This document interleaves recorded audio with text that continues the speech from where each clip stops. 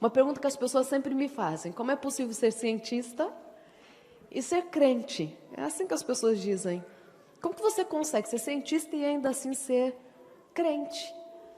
A minha pergunta é diferente dessa. Como é possível ser cientista e não acreditar em Deus? Diferente do que as pessoas imaginam hoje, a maior parte dos cientistas acredita em Deus, sabiam disso? Porque as descobertas, principalmente na neurociências, têm revelado de forma inequívoca a existência de alguém que criou tudo de forma tão complexa, de forma tão harmônica. Eu tenho um grande professor, um grande mestre de todo o tempo que eu estive na Escola Paulista de Medicina, na Unifesp, o Dr. Elisaldo Carlini. Ele é uma das sumidades mundiais em neurociências. Para vocês terem uma noção, ele que descobriu alguns subtipos da dopamina, foi ele quem descobriu. Os efeitos da maconha no cérebro são estudos dele com o egípcio, que inclusive colocou a proibição da maconha no mundo, ainda lá na década de 50. Então, ele é uma sumidade. E é muito interessante que em uma das aulas que estava tendo com ele é professor lá da universidade, ele disse assim: eu, na minha prepotência de jovem, acreditava que não existia Deus. Mas hoje, depois de tanto estudar e ver quanto o nosso cérebro é complexo, é impossível não acreditar na existência de alguém que criou todas as coisas. É sábio acreditar na existência de um Deus. É confortável para o coração. É o que nos ajuda a lidar com todas as adversidades e todas as felicidades que a vida pode nos proporcionar sem perder o equilíbrio. Porque felicidade também pode levar a gente à perda do equilíbrio, né? E achar que somos simplesmente merecedores ou construímos com as nossas próprias mãos tudo aquilo que temos de bom. E não é assim. Se Deus hoje simplesmente mudasse o pH de qualquer um dos elementos que usamos, isso poderia chegar a nos levar à morte. Mas Deus tem nos mantido. Da mesma forma que Ele tem mantido o nosso corpo, Ele quer manter a integridade emocional. Nós sabemos, e é algo que eu acredito muito, na primeira vinda de Jesus, como ainda o menino, o Messias, que cresceria e traria a salvação, quando Jesus começa o seu ministério, o que nós encontramos são muitas pessoas com doenças físicas, sendo levadas a Ele para que tivessem cura física. As doenças, elas eram muito constantes naquela época. E eu não tenho dúvidas nenhuma que ao aproximar-se da segunda vinda de Jesus, e Ele já está vindo, porque eu posso ouvir os passos de um Deus que se aproxima, nós estamos encontrando muitas pessoas com doenças emocionais. E isto tem feito com que as pessoas sejam tão impactadas que elas têm perdido a visão de um Deus que criou todas as coisas e que nos mantém, e que o amor dele ainda perdura e será eterno. Nesta manhã eu te convido para abrir a sua Bíblia no texto sobre o qual meditaremos nesta manhã, que se encontra em Filipenses, capítulo 3, versículos 13 e 14. Fico feliz que você tenha aceitado também o convite de estar conosco nesta manhã. Deus tem uma mensagem especial para o seu coração. Como já dissemos ontem, a nossa vinda para cá já foi adiada 2 vezes. A primeira vez foi uma nevasca que impediu a nossa chegada aqui. Na semana passada, porque nós lá em Orlando estávamos vivendo ali a expectativa do furacão. E hoje foi o dia não somente possível por conta das condições climáticas, mas porque não tenho dúvidas que Deus queria que você estivesse aqui nessa manhã. Deus não perde o controle de nada. Eu acredito nisso. E Ele sabia que na semana passada você não podia estar aqui. E Ele queria falar para você. Ele tinha uma mensagem para o seu coração. Ele não podia transmitir essa mensagem com a sua falta aqui. Ele queria que você estivesse aqui, então se sinta amada por Ele. Ele queria que você estivesse aqui também, você, querido. Ele tem algo para dizer ao seu coração. E a mensagem começa com o que está escrito em Filipenses, capítulo 3, versículos 13 e 14. Você pode acompanhar comigo a leitura? Vamos lá.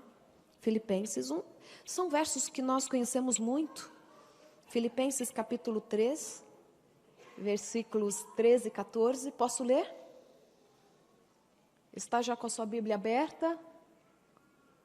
Você pode curvar a fronte também comigo para orarmos a Deus nesse momento mais uma vez? Ó Pai querido, a Ti agradecemos porque nos escolheste desde a fundação do mundo para sermos Teus filhos. Nos criaste com este propósito de vivermos ao Teu lado. Que possamos viver à altura do amor que a nós foi concedido sem merecermos. Estamos com a Tua palavra aberta e queremos que o Teu Espírito fale conosco por meio destas palavras. É o que pedimos em nome de Jesus. Amém. O texto diz: não que eu já tenha alcançado, ou tenha obtido tudo isso, ou tenha sido aperfeiçoado, mas prossigo para alcançá-lo, pois para isso também fui alcançado por Jesus Cristo. Irmãos, não penso que eu mesmo já tenho alcançado, mas uma coisa faço. Esquecendo-me das coisas que ficaram para trás e avançando para as que estão adiante, prossigo para o alvo, a fim de ganhar o prêmio do chamado celestial de Deus em Cristo Jesus. Algumas versões dizem: prossigo para o alvo da soberana vocação de Deus em Cristo Jesus. Talvez a sua versão diga assim. Quando um desses dias atrás estava meditando sobre estes versos e pensei o que podia ser de fato na nossa existência, no nosso dia a dia, deixar coisas para trás, para seguir para a soberana vocação de Deus em Cristo Jesus. O que seria isso na prática, na minha vida e na sua vida? Como a Bíblia poderia me inspirar para que dela eu pudesse extrair histórias que me trouxessem exemplos do que é deixar coisas para trás? E fazendo de fato uma reflexão sobre aqueles que nós lembramos das histórias que estão ali na Bíblia, eu percebo que todos eles tiveram que deixar alguma coisa para trás. Coisas muito pontuais, para que eles pudessem correr para o alvo da soberana vocação de Deus em Cristo Jesus. Como mesmo Paulo diz: não que eu já tenha alcançado, mas uma coisa faço. Prossigo para o alvo da soberana vocação de Deus em Cristo Jesus. E eu quero passar com você alguns personagens bíblicos que fizeram isso.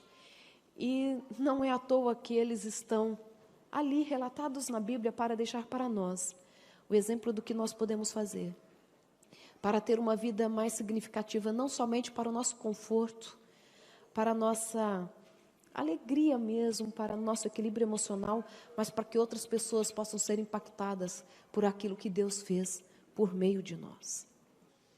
Deus já perdoou algumas pessoas há muito tempo atrás, mas elas mesmas não se perdoam e por isso vivem infelizes. Deus te convida nessa manhã, em nome de Jesus, que se existe ainda alguma tristeza no seu coração, que você deixe para trás, porque você está avançando para a soberana vocação de Deus em Cristo Jesus. Muitas pessoas estão dizendo: não posso, não consigo, não é para mim. Olha a história de vida, os meus pais, de onde venho. E estão esquecendo que Deus, Ele tem propósito especial para todos nós. Nós não fomos criados por acaso, e eu vou sempre insistir nisso, porque isso é libertador. Todos nós fomos criados por Deus com uma missão específica. Você acredita nisso? Porque de repente eu estou dizendo e você não acredita nisso.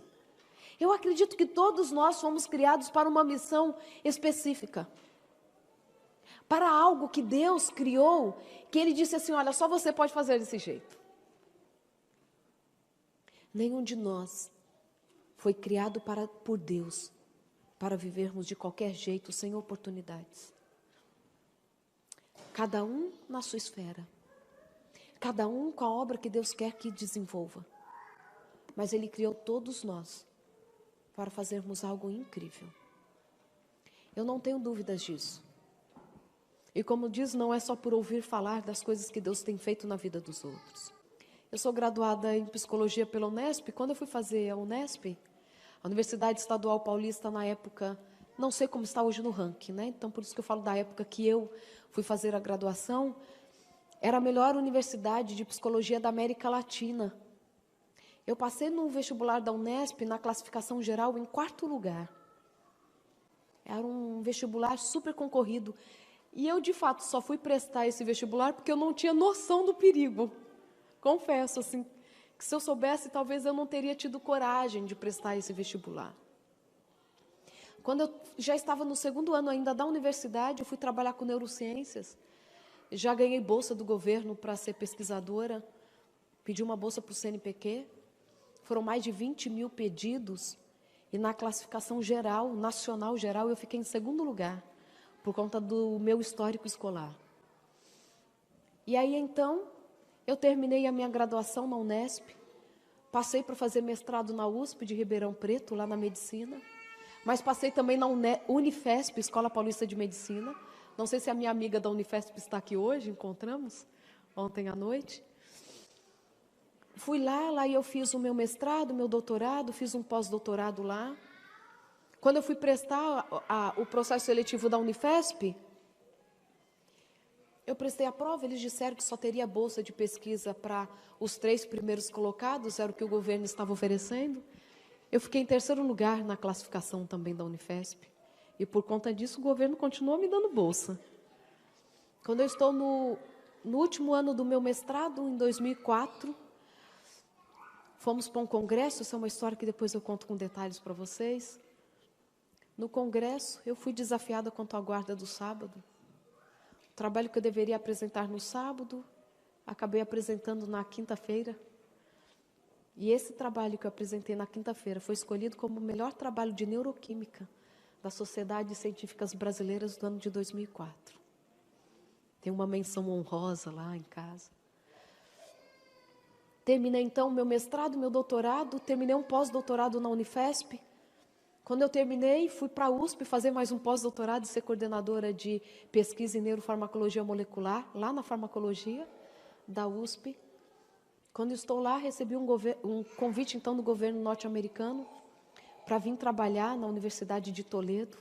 Depois fui para Marshall, porque meu laboratório todo mudou para Marshall University, em West Virginia. E terminei mais um pós-doutorado lá. No ano passado, o governo norte-americano nos concedeu o Green Card, que é uma bênção, a gente sabe, né? Quanto que isso é uma bênção. E o governo me deu baseado em habilidades extraordinárias. O governo norte-americano me reconheceu como uma das melhores neurocientistas do mundo. Não sou, estou dizendo isso em público porque estou dizendo com sinceridade de coração. Mas é o que Deus quer para a vida da gente, né? Ele move as coisas. Mas sabe o que é incrível de tudo isso? Que eu nunca contava a minha história para ninguém. Primeira vez eu contei na televisão porque a Darleide falou assim: Rô, você está indo embora e a gente não conhece a sua história, você não quer contar para a gente?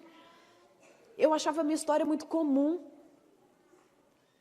E aí depois as pessoas disseram assim: não parece que é tão comum assim. Porque na verdade eu sou filha de pedreiro e doméstica. Eu sempre morei em lugares muito simples.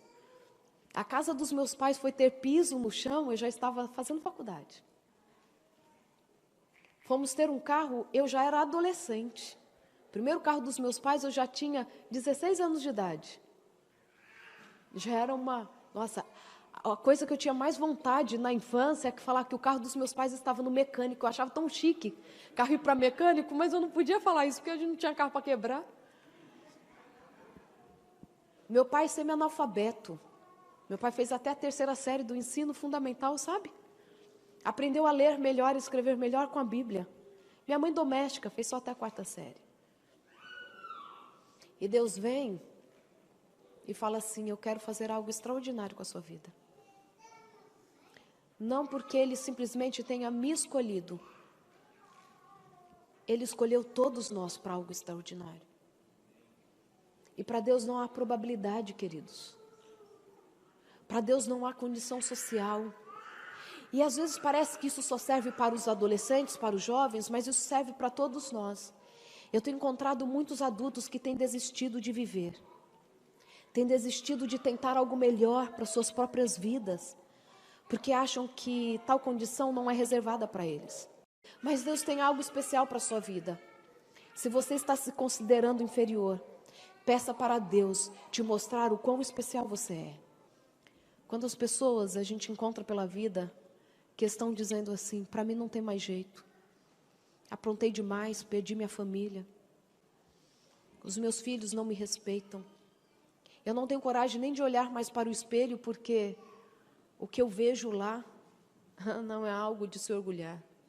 Não tenho coragem nem de procurar terapia, porque não tem solução para o meu caso. Mas Jesus está te fazendo um convite para ter uma conversa a sós com Ele. Para que você deixe para trás a sua história de fracasso. Para que você viva a liberdade que somente nele nós podemos encontrar. Para resgatar em você o senso de pertencimento. Muitos de nós estão vivendo como se não pertencesse a ninguém. E é muito ruim essa sensação. Tem muita mulher com quem converso, que vem nela somente funções.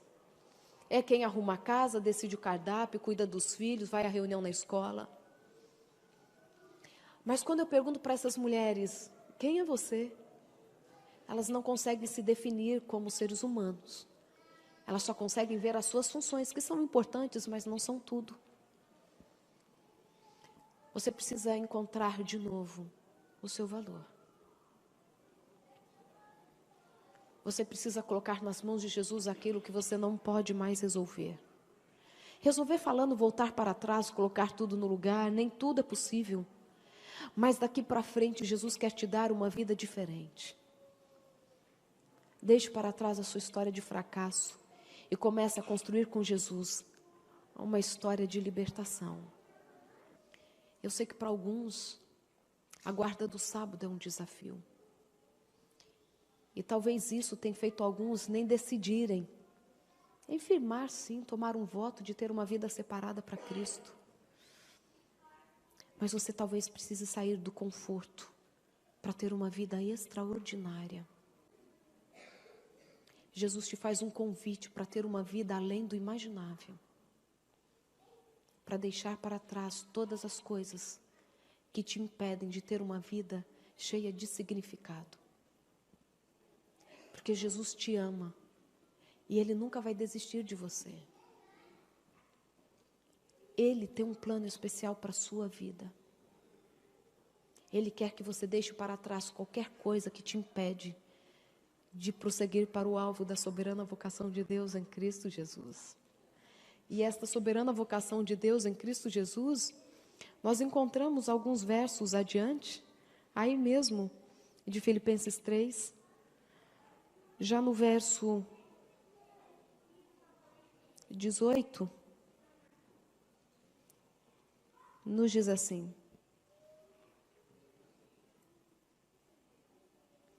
vou começar do 17. Amigos, fiquem firmes comigo. Observem os que correm a mesma carreira e prosseguem para o mesmo alvo. Muita gente está tomando outros caminhos, escolhendo outros alvos e tentando levar vocês com eles. Já adverti vocês várias vezes desse perigo. Infelizmente, preciso fazê-lo de novo. Mas o caminho fácil é um beco sem saída. Os que vivem assim transformam o próprio estômago em seu Deus. Eles só conseguem pensar no próprio apetite. Mas a vida que temos é muito melhor. Já lá no versículo 20. Somos cidadãos dos altos céus. Esperamos a vinda do Salvador, o Senhor Jesus Cristo, que transformará nosso corpo terrestre em corpo glorioso como o dele. Ele nos fará belos e perfeitos com o mesmo poder que deixa tudo como deve ser em toda parte. O alvo da soberana vocação de Deus em Cristo Jesus é a perfeição que somente alcançaremos quando Jesus voltar. Mas enquanto estivermos aqui, Ele quer que nós permaneçamos firmes em Cristo Jesus. Eu não sei o que talvez ainda te impeça de ter uma vida plena. Mas peça para Jesus te mostrar, porque muitas vezes a gente não consegue nem enxergar. Mas Ele quer transformar a sua casa, Ele quer transformar o seu lar. E não se sinta uma pessoa esquecida por Jesus. Ele não esquece nenhum de nós. Ele cuida de cada um de nós. Mas Jesus quer reescrever a sua história. Ele quer te libertar de qualquer coisa que tenha te impedido de ser feliz. E Ele tem poder para isso, porque o bom Deus que começou a obra, Ele é fiel para completá-la. Jesus já escreveu uma história, onde o final desta história é você morando com Ele para sempre.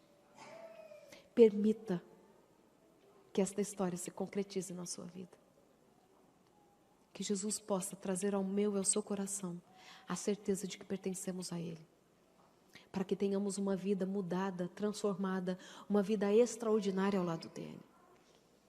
Que Ele abençoe a mim e a você, hoje e sempre, para que sejamos felizes na companhia daquele que é o único capaz de nos fazer de fato felizes. Amém.